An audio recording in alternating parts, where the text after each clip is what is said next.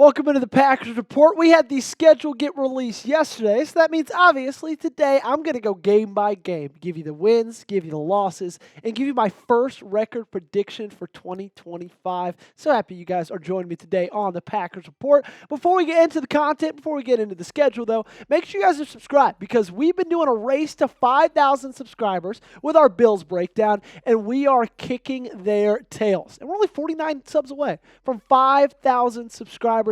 Need you guys to help me out, not just to win this race to 5K, but also to get us to our biggest milestone since we hit 1,000. If you guys aren't subscribed, we do daily content for your Green Bay Packers right here, and we'll be here for the entirety of forever. Make sure to join us today and hit that big red sub button. Let's start with my biggest schedule takeaways, okay? First home opener since 2018. That's going to be incredibly exciting, incredibly fun to watch. Lambeau Field, I know, is going to be juiced up, not just because it's the first home opener since 2018, but also because it's divisional rival the Detroit Lions. 3 of the last 4 games are on the road. You are in Denver at Mile High. You're at Soldier Field. You're at US Bank Stadium again against the Minnesota Vikings. And 9 games against teams that made the playoffs in 2024. Nobody said it was going to be easy, but it's going to be a heck of a lot of fun. I'm going to start us off with a win against the Detroit Lions. I think that just the energy in Lambeau is going to carry over for that one. It's all going to depend, too, for Detroit on, when is Aiden Hutchinson getting back in the lineup? He's probably not going to be playing week 1. If I had to guess, if I had to be the judge, of course, nobody truly knows right now in May. But regardless, I think they're going to take a little bit of a step back because of the loss of Ben Johnson. I think they're going to come together a little bit later. I think week 1 is going to be a little bit tough for Detroit. Week 2, you go and you play the Washington Commanders in Lambeau Field. I think this one is going to be a win as well. I actually think Washington is going to take a step back this season.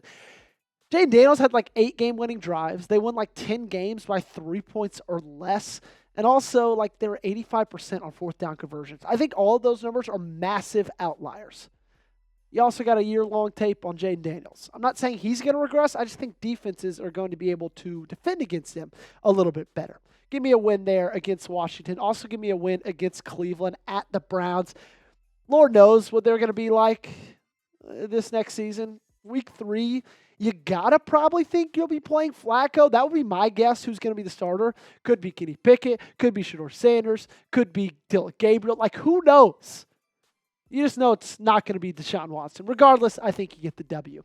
Then you head to the Death Star, AT&T Stadium, to take on the Dallas Cowboys, who last year went 7-10.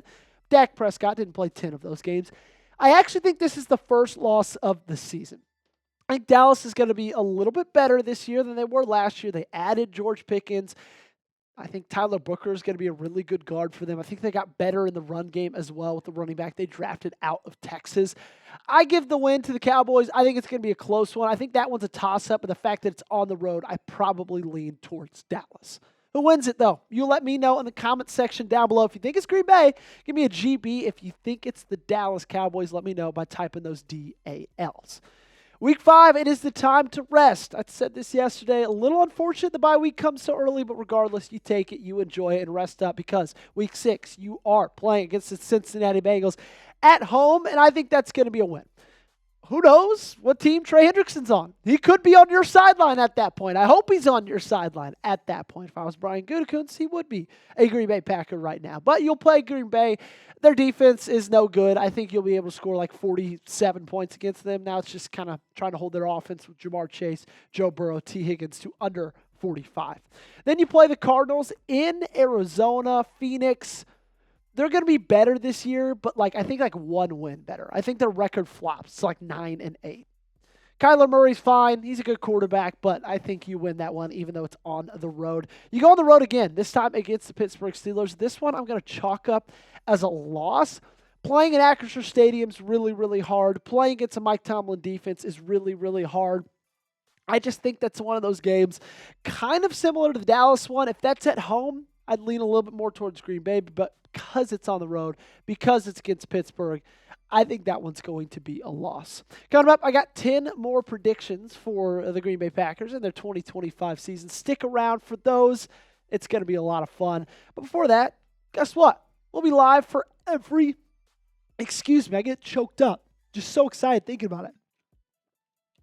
We'll be live for every one of those games, okay? So if you want to join us, make sure to subscribe today. We'll be doing watch parties. It's going to be an absolute blast, okay? You're not going to want to miss it. So lock us in. Make sure you're there, RSVP, by subscribing today. Week 9, you play the Carolina Panthers at home. There's possibly not a worse team in the league, and you're getting them in Lambeau Field. Give me a win. Then you play the Philadelphia Eagles. Monday Night Football at home, at least. Unfortunately, I think this one's going to be a loss. Philadelphia's really good. I know they have a really hard schedule. They're playing a lot of really good teams, but you win some, you lose some. That one's going to be a loss. Week 11, you bounce back against the Giants. You get a win. I think similar to the Cleveland Browns. You kind of don't know who's going to be starting quarterback then. I said it yesterday, but it's Week 11, the time where Jackson Dart emerges. Are they done with Russ then? Or is it maybe going to be Jameis Winston? Who knows? We all know that Brian Daboll loves some Jackson Dart over these last couple of weeks. We've seen a ton on social media. Wouldn't be surprised if he's starting then. Regardless, you're better than Giants are. You get the win. Week 12, you do play the Minnesota Vikings. I think this is one that you win. They're going to be good. They're going to be dependent on Mr. J.J. McCarthy, though. They're going to have a good defense. Brian Flores, he'll always have a really good defense. I think J.J. is going to be fine. I would love to get them in the first 5 weeks of the season. Kind of hate that the 2 times you're playing them are between Week 12 and Week 18 because I think J.J. is just going to be a little bit better by then. Regardless, though, I think you win that game against the Vikings. Week 13 at the Lions. Thanksgiving, I think you lose this one. You hate that it's going to be a short week. It'll be a short week for them as well, but at least they're going to be playing it at home. I think because you have to go on the road, because you have to play at Ford Field, and because it's a short week, all those 3 things together, I think result in a loss for Green Bay. Take a guess for me. How many divisional games does Green Bay win? Let me know in the comment section down below. The NFC North is loaded yet again. It's going to be another really good year. Who knows? The Bears might actually be a little bit better. Let me know down below in the comment section. Speaking of the Bears being better, not good enough, though. Week 14 against the Bears. This one's at home. I've got a win for Green Bay in this one. I do think they're going to be much improved. I think anytime you move on from Matt Eberflus, your team's obviously and automatically going to take a step up in the right direction. They added offensively, talent around him, Colston, Loveland, all that jazz. I don't think it's good enough. Packers still own the Bears.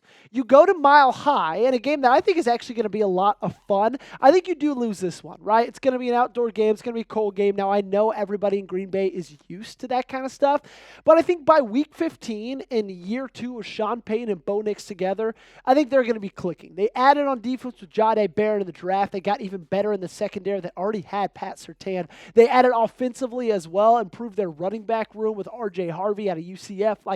They're going to be a good team this year, and I think they're going to be a good team for a while. Then you get the Bears again, this time on the road in Soldier Field. I don't care. You win that one. Like I said earlier, you own the Chicago Bears. That's not going to change this year, okay? I can pretty much guarantee that. Week 17, the game I'm most excited for, Baltimore travels to Lambeau. I think this is a win. I think you're going to have a lot to play for at that point in the season. I think the NFC North is truly going to be a toss-up between you and the Lions, and you split those games. I don't think the Vikings are going to be as competitive this year for it. I don't think the Bears are there yet to be as competitive. I think Week 17 is going to mean a lot. I think you get the win against the Baltimore Ravens. Lamar is not the best in cold weather games. He definitely prefers to be in that warmer weather, which is unfortunate that he got drafted to Baltimore because of that. Week 18, at the Vikings, I give that one a win. Yes, I get it. You're on the road. But I just think, if you win that game, I think Green Bay is going to set themselves up to say, you win Week 18 in Minnesota, you win the division. And when that's on the line, I've got faith in Jordan Love. I've got faith in Matt LaFleur. And I just really think this team is going to take a step up this season. That's why I got them going 12-5. That's my final record prediction. They went 11-6 last year. I think the additions of Matthew Golden, the additions of Savion Williams, the addition of Barron Sorrell, I think all of those things are going to result in at least one more game the other way. Okay, they got better. They improved where they needed to in the wide receiver room, and I think we're going to see the benefit from that. We're about to get on out of here, but make sure that you guys follow me on social media. You can find me on Twitter at Joey Petersen8. I tweet about the Packers every day. You can find me on Instagram as well, Joey Petersen8. Make sure to spell that S-E-N right, because if it's S-O-N, it's not going to be your boy. Thank you so much for watching all the way to the end. If you enjoyed it, there's a reason you're still here. Make sure to lock us in. Join us tomorrow by hitting that sub button.